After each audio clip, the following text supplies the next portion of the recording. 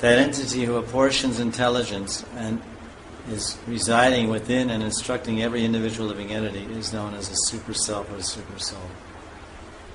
So I have some intelligence within this body, but then there's this vast cosmic body, this vast cosmos, with so many millions and billions of planets. Just like my body has so many little planets called cells, my body is like a little universe.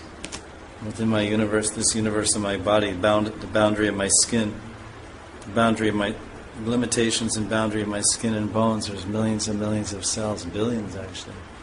Billions of cells, and each cell is moving in its orbit and moving here and there, and has its role to play in the organic whole.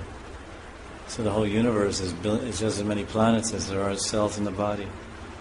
And there's billions of universes. There are as many universes in this material world as there are mustard seeds in a 100-kilo bag of mustard seeds. Unlimited millions of universes. In every universe there's billions and billions of planets. And so I know I'm not keeping track of all those planets and organizing them and moving them, keeping them in motion and having them perform their functions. So there must be, if intelligence is working at this level, on my microcosmic level or small level of my body, to organize and integrate and run this body with its millions of cell-like planets, then whose intelligence is running all those planets of the whole universe? So that greater intelligence, that's the supreme intelligent being. The supreme intelligent being is God.